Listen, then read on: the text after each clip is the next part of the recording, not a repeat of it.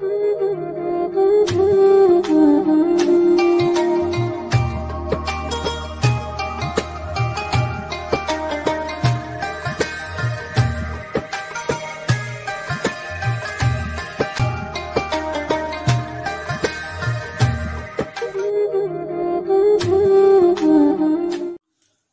व नुसल्ली अला रसूलिहिल करीम अम्मा बाद अऊज़ु बिल्लाहि मिनश शैतानिर रजीम बिस्मिल्लाहिर रहमानिर रहीम। ये जो हमारी मजलिस है, इसमें असल में हम एक मुश्किल में या एक गलत फहमी का इजाला करने में बैठे हैं।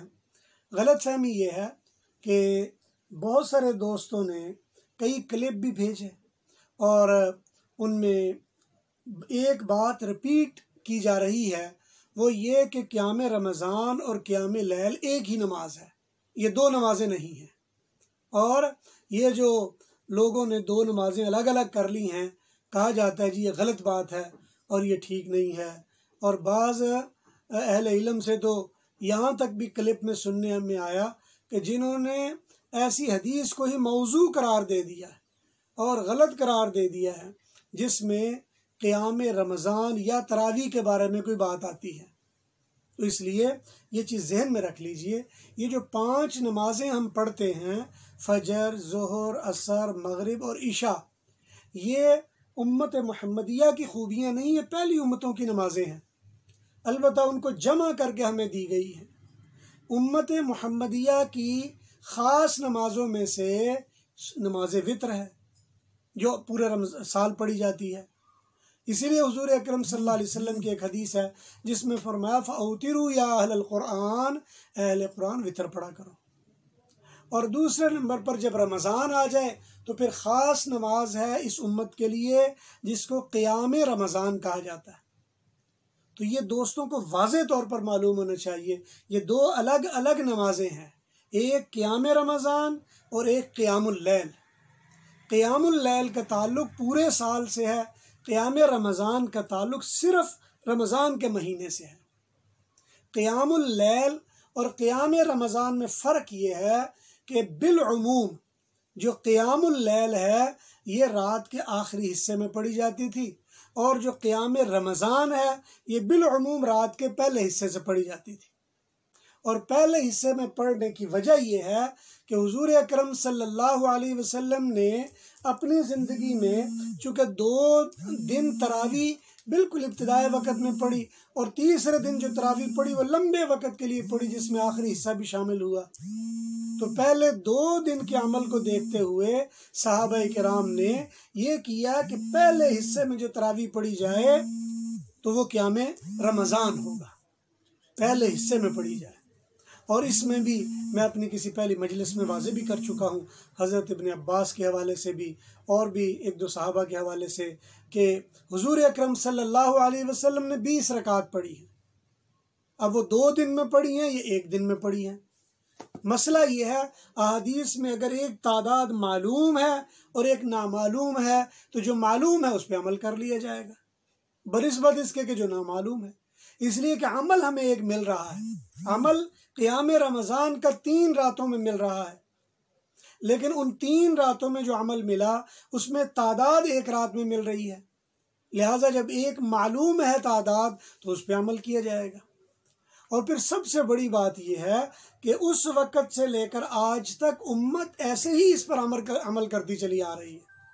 हमें यह गौर व फिक्र करना चाहिए कि उम्मत के अमल को सामने रखते हुए अहादीस के बारे में फ़ैसला करना चाहिए, ना कि अहादीस को सामने रख के उम्मत के अमल का फ़ैसला करना चाहिए। एक अमल 1400 साल से पूरी उम्मत के यहाँ पूरी दुनिया में चला आ रहा है और इसमें कभी भी ताअत्तुल नहीं हुआ, और आज हम किसी एक हदीस में किसी एक साहब की गलतफहमी की वजह से उम्मत के अमल की तगलीद शुरू कर दें, ये जायज़ नहीं है।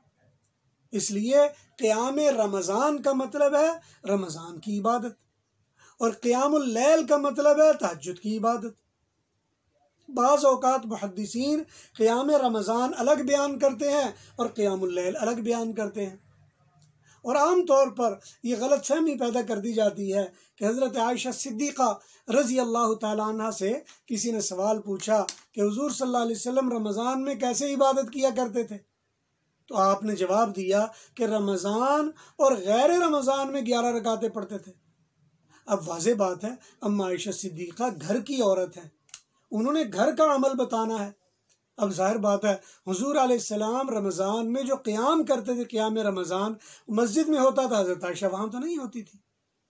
तो हज़रत आयशा सिद्दीक़ा रज़ी अल्लाह ताला अन्हा ने घर का अमल बताया कि हुजूर सल्लल्लाहु अलैहि वसल्लम का घर का अमल ये था कि मा कान यज़ीदु फ़ी रमज़ान वला फ़ी गैरिही इल्ला 11 रकातन, रमज़ान और गैर रमज़ान में 11 रकातें पढ़ते थे। और ये बिल्कुल ठीक है, हम भी कहते हैं पढ़नी चाहिए। लेकिन मसला ये कि क्या तरावी भी कोई नमाज है या नहीं।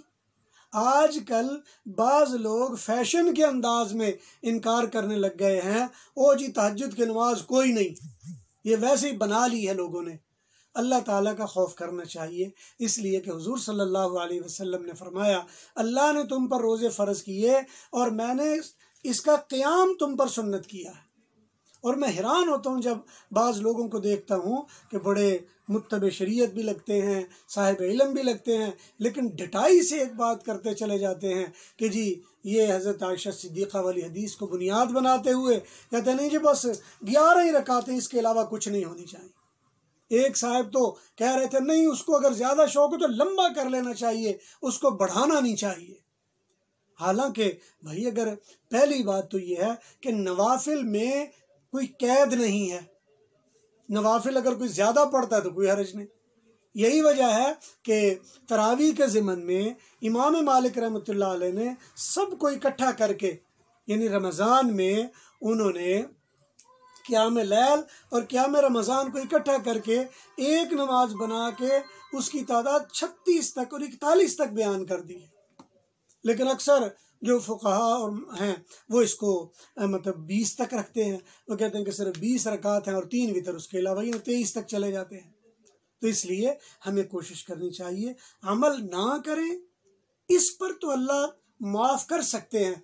आप ये कि या अल्लाह सुस्ती हो गई, या अल्लाह कमज़ोरी हो गई, या अल्लाह हमें माफ़ कर दे, या अल्लाह ये हो गया, ये तो बात समझ आती है। लेकिन एक अमल को तर्क करने के लिए जुर्रत के साथ ऐसी कोशिश करना नहीं, जो नहीं है ही नहीं, ये ख़तरनाक रविश है।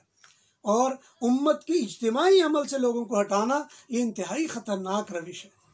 ऐसा नहीं करना चाहिए। और हम बदकिस्मती से इल्म के नाम पर ऐसा करना शुरू हो गए हैं।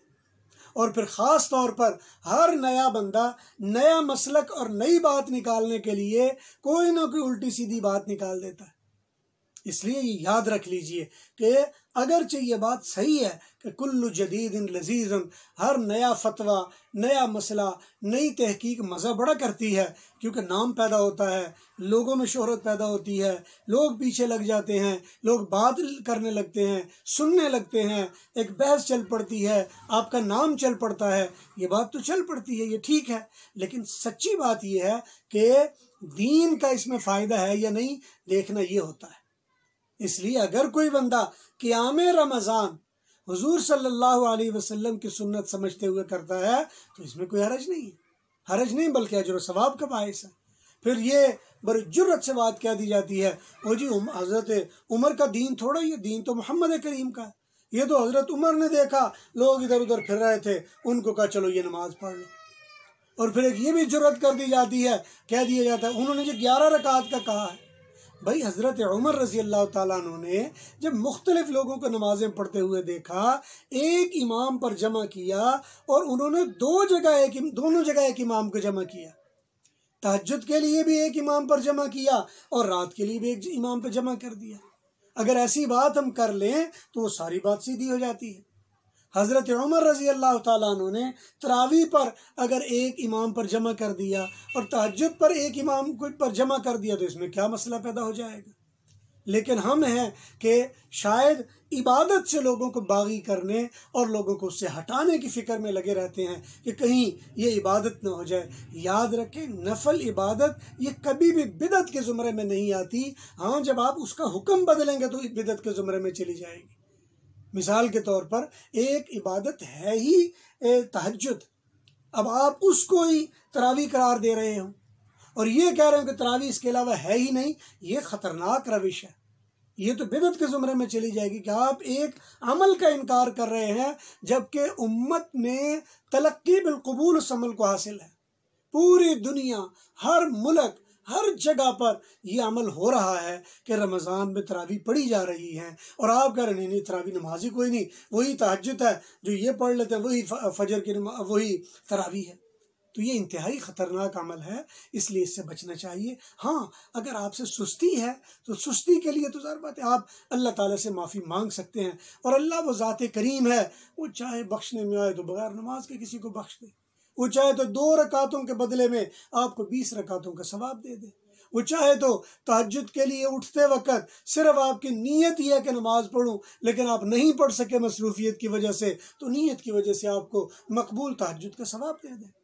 अल्लाह ताला की रहीमियत, उसकी रहमानियत और उससे हमारी बंदगी और हमारी तौबा इससे अलग नहीं होने देना चाहिए। लेकिन अगर आप ऐसा अंदाज इख्तियार करते हैं, ये तो जुर्रत वाला अंदाज है, बगावत वाला अंदाज है, इससे बचना चाहिए। दुआ है अल्लाह ज़ुल जलाल से अल्लाह ताला जो कहा सुना गया अपनी बारगाह में कबूल फरमाए। वाखिर दावाना अल्हम्दुलिल्लाह रब्बिल आलमीन।